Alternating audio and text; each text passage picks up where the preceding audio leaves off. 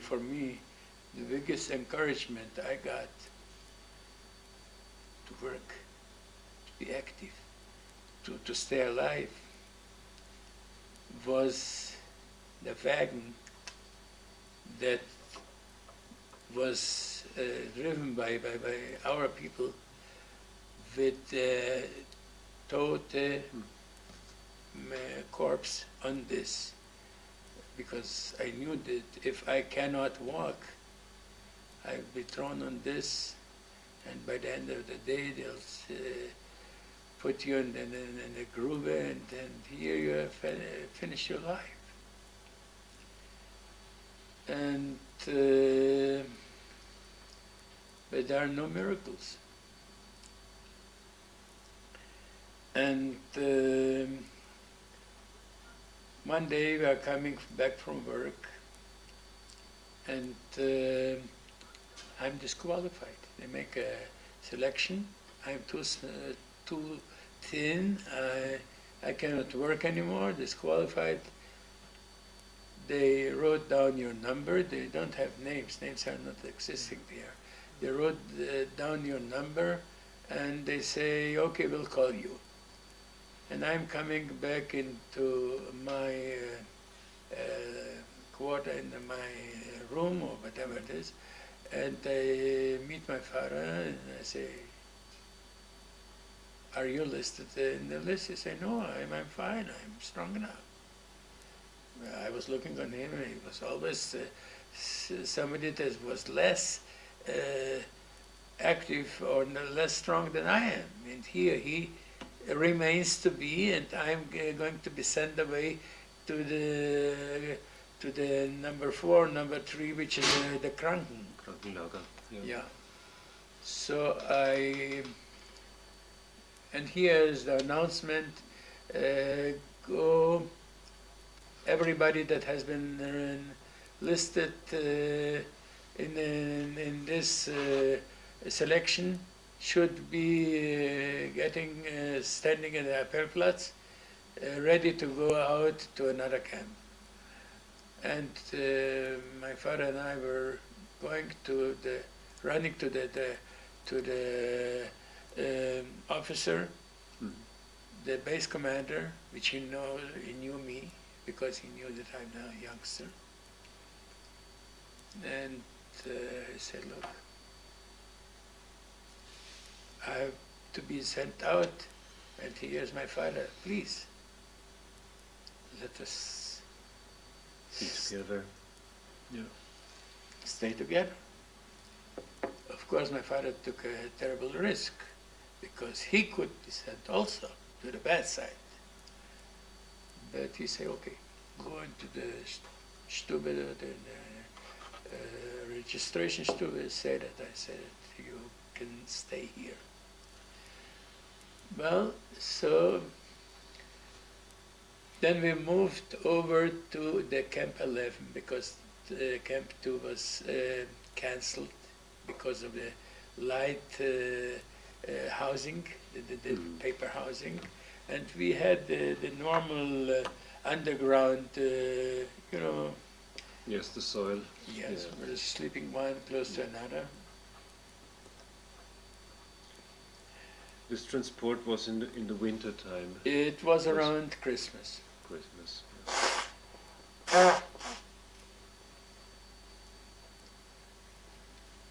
Okay, so I remained in a lager, and I was still working, but losing weight all the time. Bless you.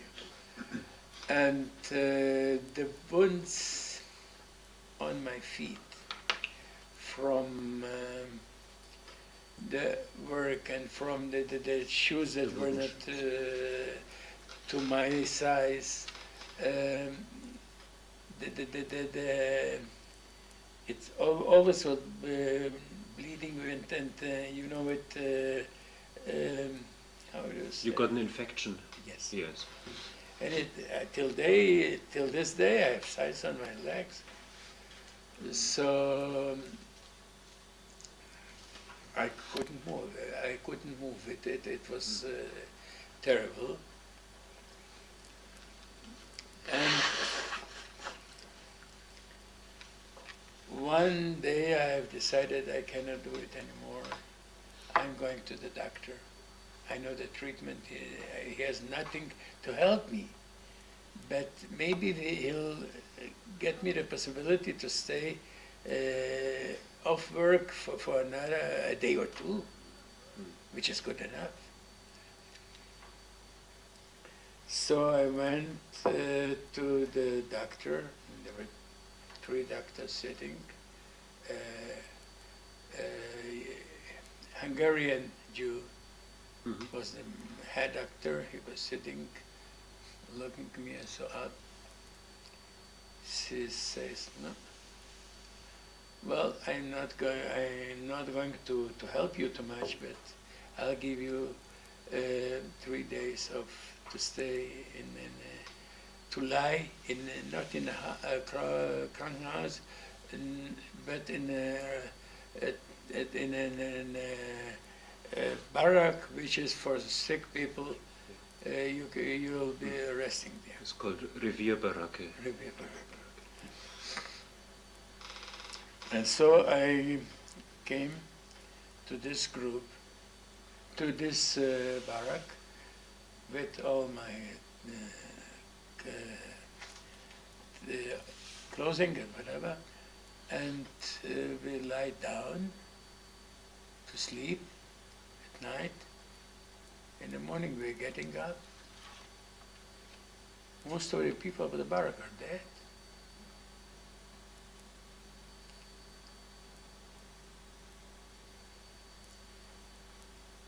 Then you have to take them out to clean up the barrack, to be ready to accept new people. And again, same thing, next morning.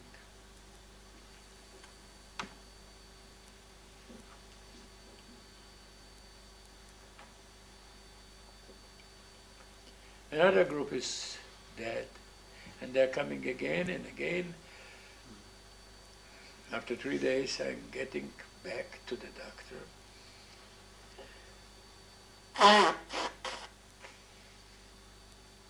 Excuse me. And the doctor is looking at me and says, "Well, what do you want now? More Tagschicht or more Nachtschicht?"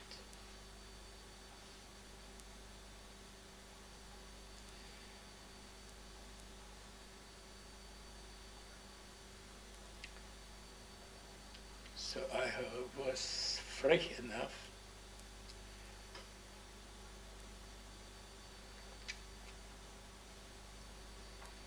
to tell him, "Doctor, neither this nor this."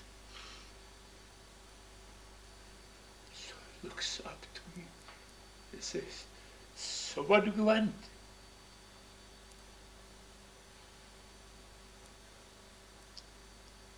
I say to him, "A little bit of Freiheit."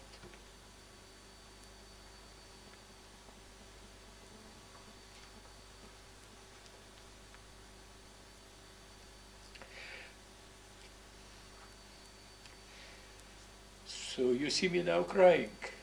He started crying.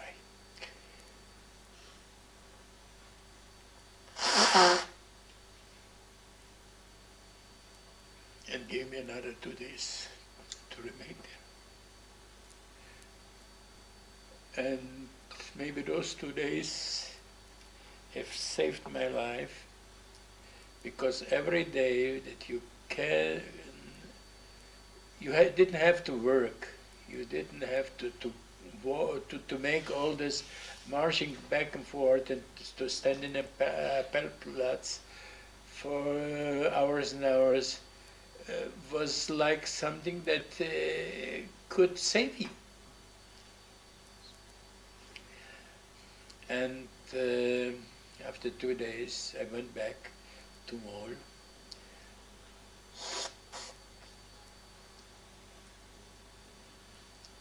Back to work. The feet were bleeding, and I have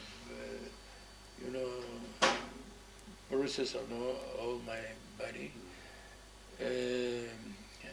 and the bread was green, if you know what it is for schimmel.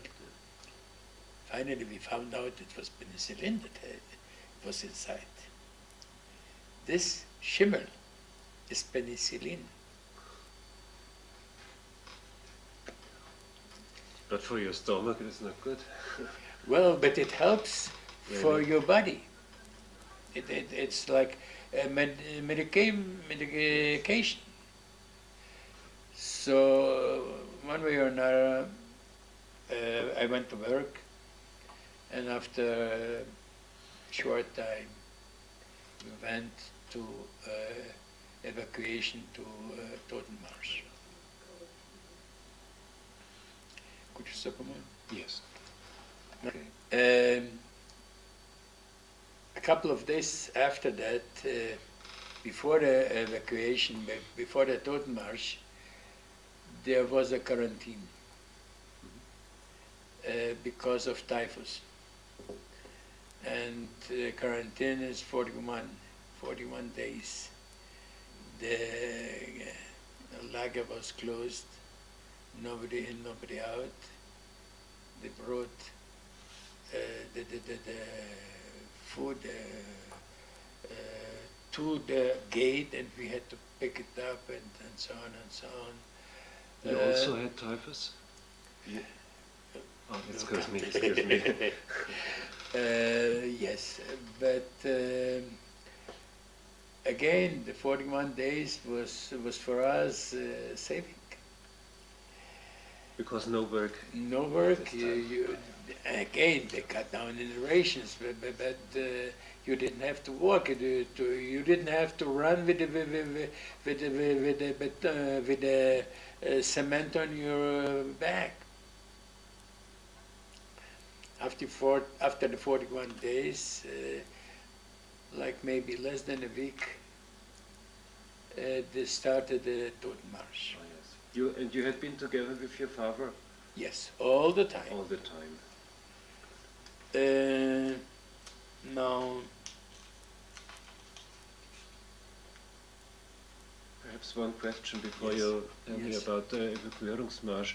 The work at Kaufering 11 had been the same at Kaufering 2? exactly. Exactly the Yes. same. You have also to build Yes, yes. these bunkers and Yes. yeah, I understand. But the only difference that in the beginning, in Lager 2, we had to prepare all the metals for before you put the cement on this. Yes. Yes. And the second part was, of course, to bring all the what you needed, the cement and all this for the beton. Yeah. Okay. So now we started the Totenmarsch. And when I say Totenmarsch, it's not a march and it's not a toad. It's like people that are not alive, like skeletons, moving slowly, slowly. It's not a march. Leaning one on the other and getting advanced very little. Going from here to Allah, I think it took 4 days. Of course, whoever couldn't walk, couldn't do wurde erschossen immediately. And we were sleeping under open sky in a field, except for the last day of my participation, when we came into Allah, and this is something I'll never forget. I suddenly discovered that people are living outside, and there are coffee houses, and there are shops, because I have forgotten. I haven't seen this for 4 years. And people are standing on the sidewalks, talking, sitting in the coffee houses, drinking coffee and kuchen. And we are passing by this mess of dirty, sick people, and asking, what?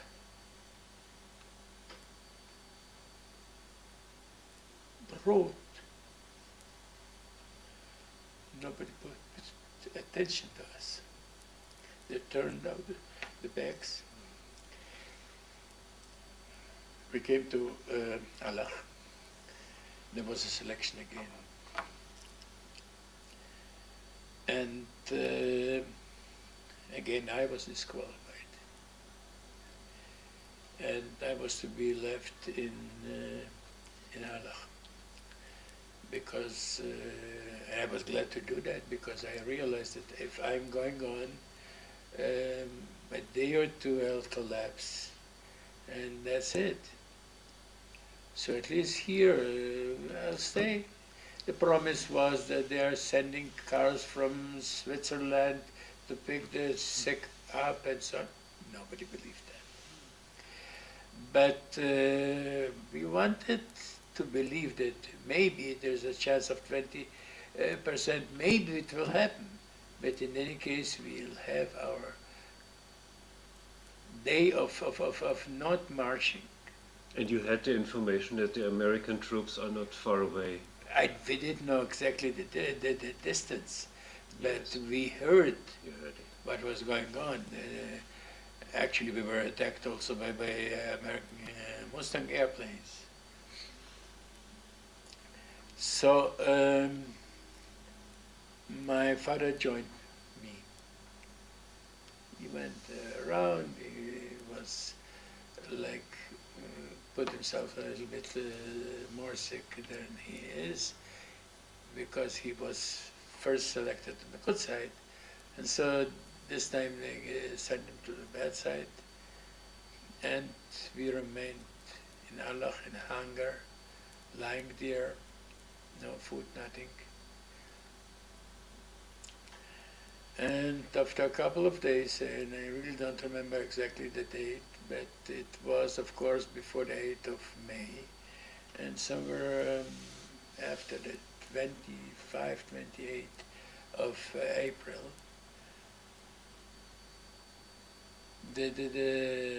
I see people are running towards the gate, and a small little jeep, with 4 soldiers.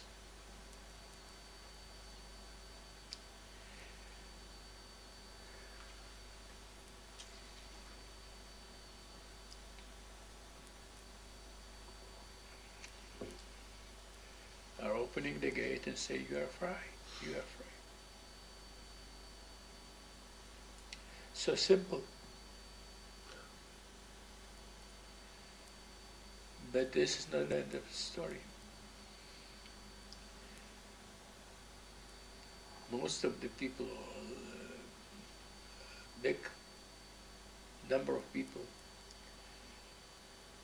ran to the food. Of course, when I have seen the first American soldier, I crawled.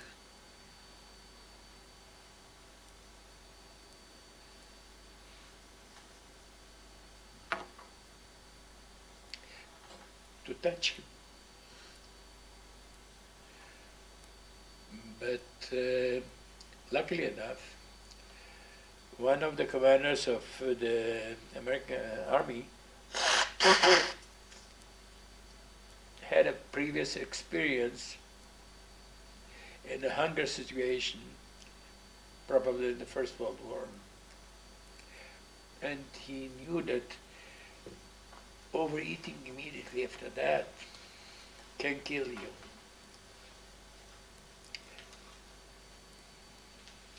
And many people get killed because of this overeating. In addition to that, the same people that I seen 3 days before in the coffee houses in Allah, they turned the back on us. We're standing along with Stacheldraht, with meat, with cheese. take it.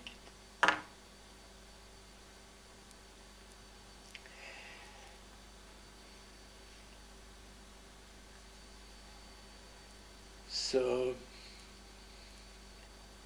this is the reason I didn't visit Allah for all my life.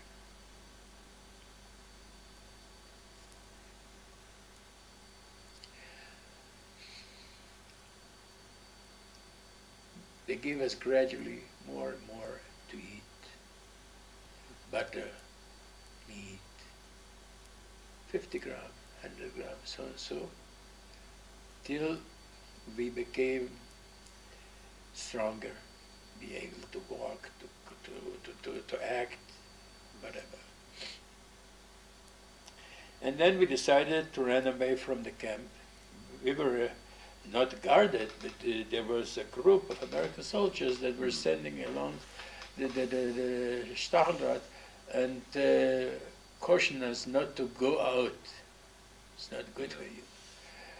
And so we left one night, and we have found a place, I don't know, here in the vicinity somewhere, close to München.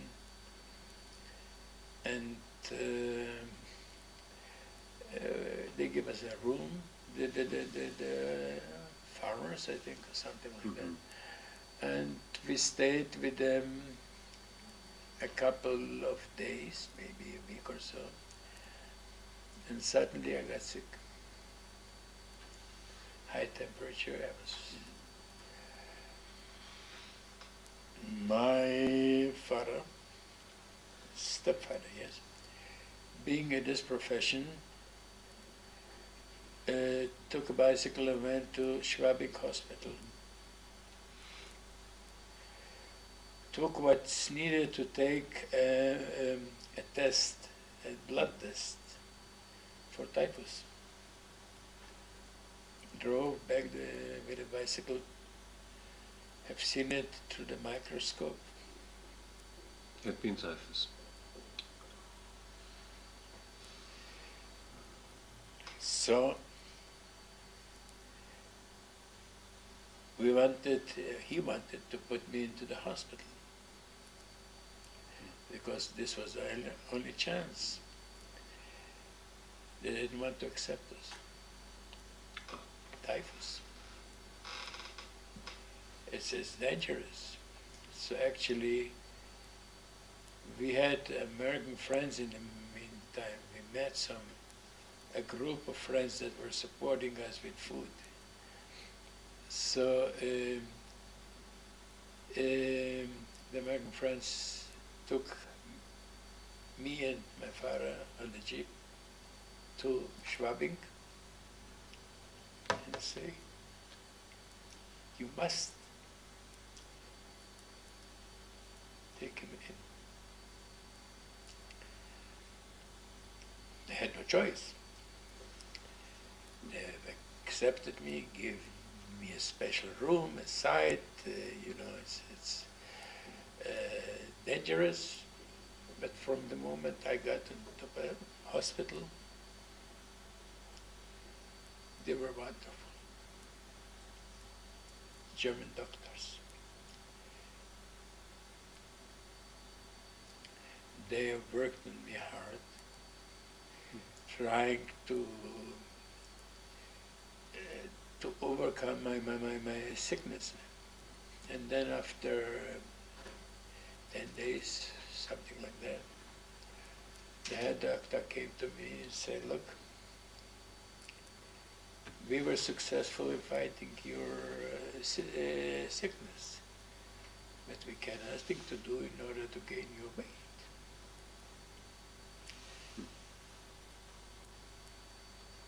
So how can you find a way of getting the strength to be again a human being? Because I could get up from bed. So I said to them, look, I remember that as a small child, when my mother wanted me to get strong, and then after illness or something like that, she gave me liver oil, cod oil. So the taste doesn't taste good, but it's good.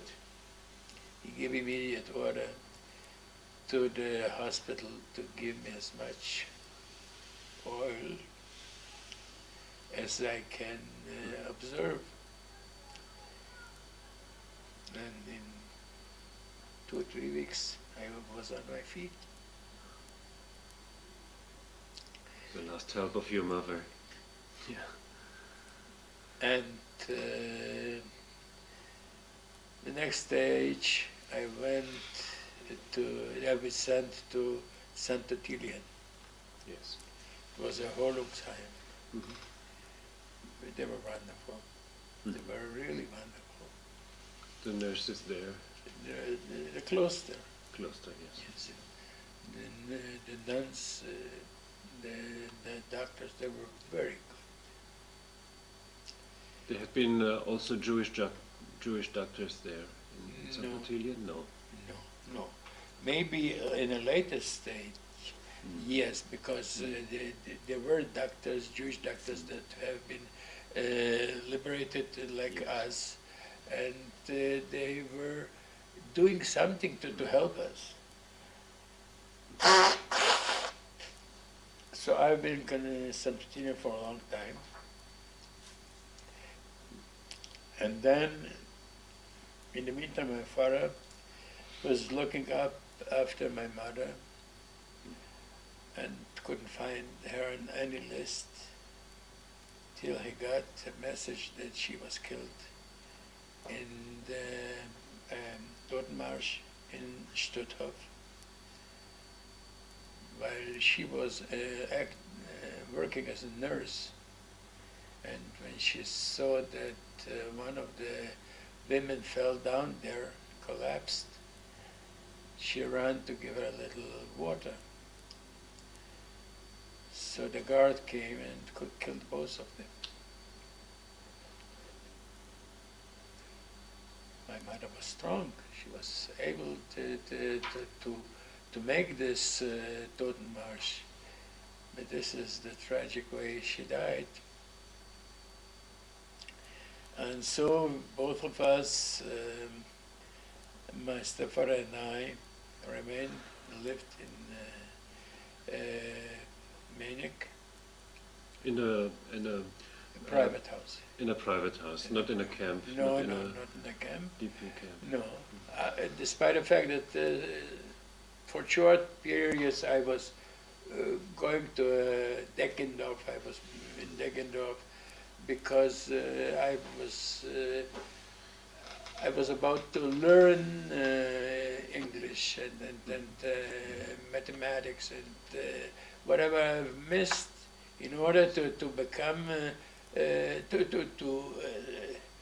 to make a smaller gap between what I have to be at this age and what I know or do remember at this age. So because I wanted to go on learning. So I have private teachers at that time, and I try to do what I can in order to immigrate to the States. To the States, yes. This had been your first aim. Yes, because my father had relatives in the States, and we believe that we can make there a new career, start a new life, and whatever. And then came the decision in the United Nations of building the state of Israel. 29 November 47. And I've decided to give up all my plans for the United States. I had an affidavit, I had everything ready, but we were sitting and waiting in Munich because our Lithuanian quota to immigrate to the United States was very small. And here the war in Israel started, and I say it's my commitment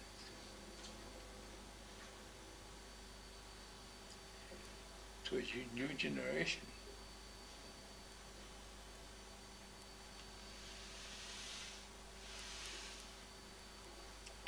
to build a safe life, that my children will not be forced to face the way I did. And they should live in a free country. And so I canceled all my plans of United States and have enlisted immediately to the what they call it, outside volunteers in Israel. So I was actually coming as a migration for volunteers to fight. Because the war started, and the Arabs started to attack us from all the angles. And I said that I'm going to stay in the military as long as needed to finish all the troubles and to build a state. And so I have mobilized, I've been mobilized, I fought the War of Independence, and 35 years more in the Army, in the Air Force, in order to give my share of building a safe country for the coming generations. And here I am. I'm proud to say that I had a good career in the Air Force. I had two long-term projects in the United States with Sen, with a family. And now I'm retired. And we have 3 children. We have 10 grandchildren. Out of the 10 grandchildren, everyone that is passing the 7th grade, 6th grade is going to Auschwitz.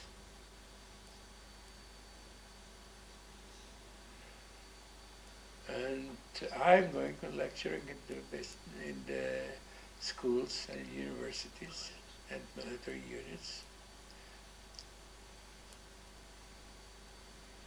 And the title that what happened to the people that doesn't have their own land.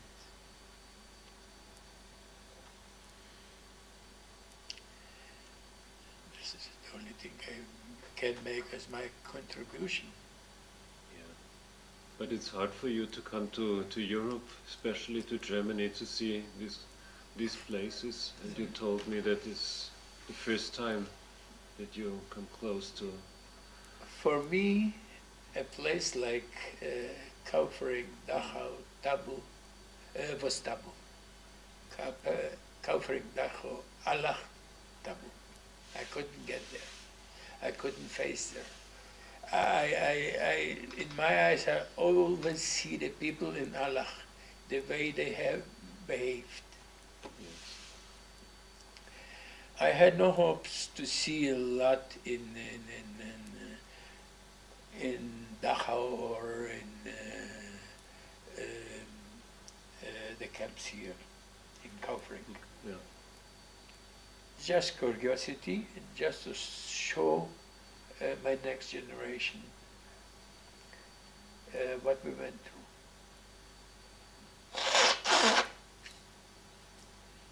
And actually,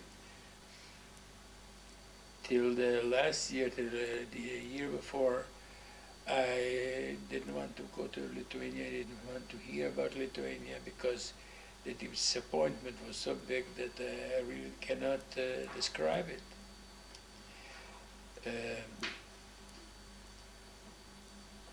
Then finally I came to a conclusion that I have to show my family where are the roots coming from,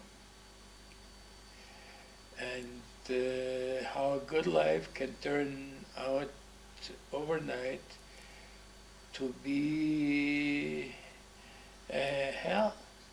Yeah. So last year or 2 years ago, we went there with a family for 1 week and not 1 day more. And now we are doing the same thing or similar thing with Dachau for a Galach. And the main goal for me to go now to places like this is to see if something has changed, if the attitude of the people has changed, if they remember or are going to transfer like we do from one generation to another, beware of this. Look what happened to both, even to their own German people. Did you speak with some German people to see this?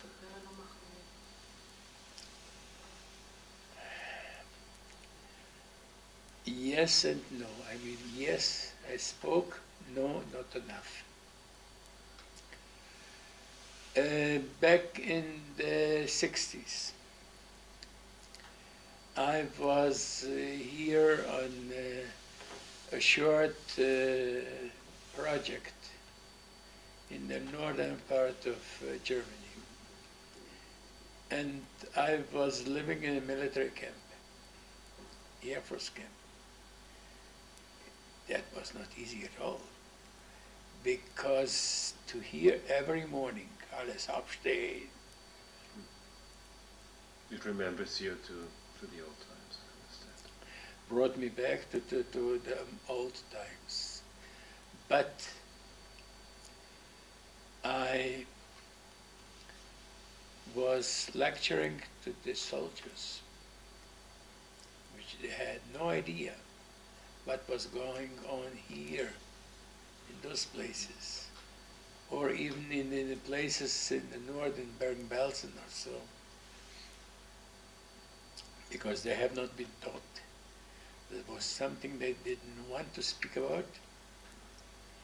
And then came the generation that didn't know anything about it, and now there is nobody to bring this information, because the people that have participated in the war and in all this, they are not living anymore. And the new generation didn't get anymore anything. So I think it's a big mistake, but those are facts. And I have been getting together with groups of people, soldiers, officers, to give my thoughts, to give my experience, to give my memories, with a warning. Please remember what you did. It's very important. And I do it now to our people. I'm going to classes wherever it's possible, and I'm ready to go to any place in the world if anybody invites me, because I think I'm not going to live for another 100 years, and as long as I can, I do it. So this is my message, and it's important to pass over to the people that are now building the country and having all the means to make a better world than we had. Thank you, Mr. Ribon, thank you. If you have 2 or 3 minutes. To the gate. Oh yeah.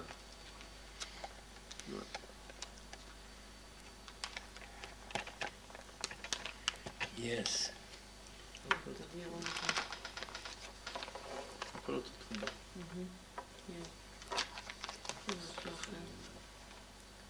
You see, those people are, In good condition. Well shall I fed. say, fat compared to us. Yeah. I think those who are like Muslim, they are not able to come stand. outside to stand there for the Right. photograph. No. Yes, this I remember. They put the The flag. American flag. Yes.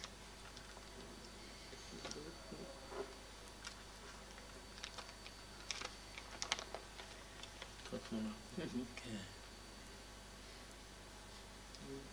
Oh yes, this is a group of French They were prisoners. French, Yeah. and they were Yugoslavia or something like this, and Polish, a lot of Polish.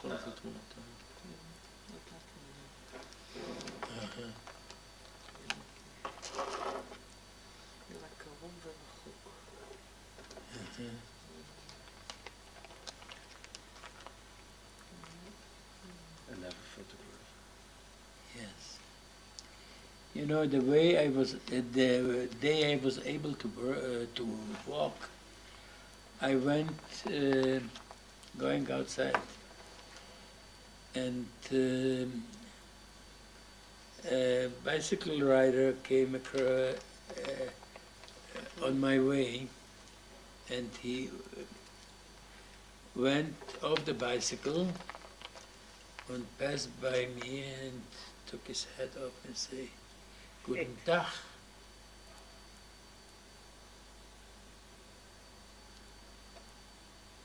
I looked around. To whom is he talking? Because of me, he went down from the bicycle.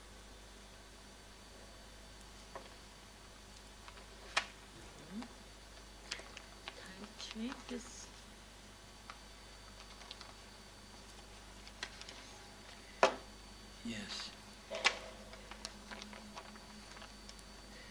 But the liberation was so simple, so, you know, without Thanks. thanks. Without thanks. And the Germans had been away when the Yes. American Yes, they escaped. jeep. They comes, escaped. they They escaped one day before that. Ah yes. Came back, and next day they escaped again. Uh-huh. So there was no fighting, nothing. No, nothing at all. Nothing at all. And you know, it gave us. We were very few people, maybe 20 of the Muslims that were lying there, and gave us some feeling of what shall I say, eifersüchtig. Because, no, not because of something, because we saw people like us in a uniform like that, strong, wealthy, Yes. and And you why am I so? understand.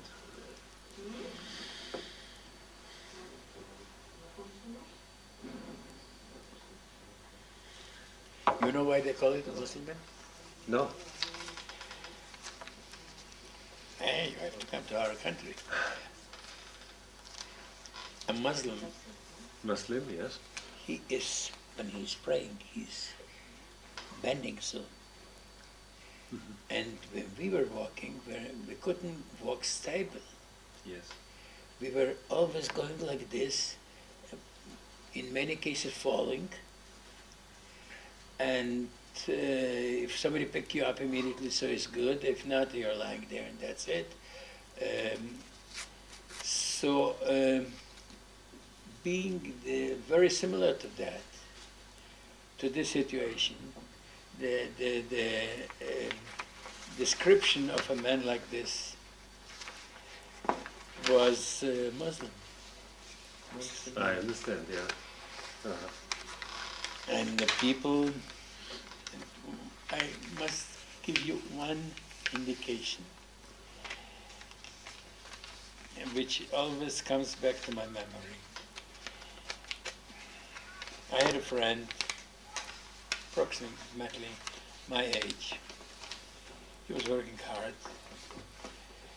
He was with his father. And then his father came back from work. They didn't work in the same place. Came back from work, and they were waiting to have this loaf of bread divided into so many pieces.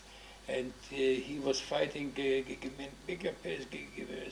So somebody is coming to him and saying, Mr. So-and-so, you know, your son passed away today. He got shocked, and it didn't take more than a minute. And he said, where's my loaf? Where's my bread?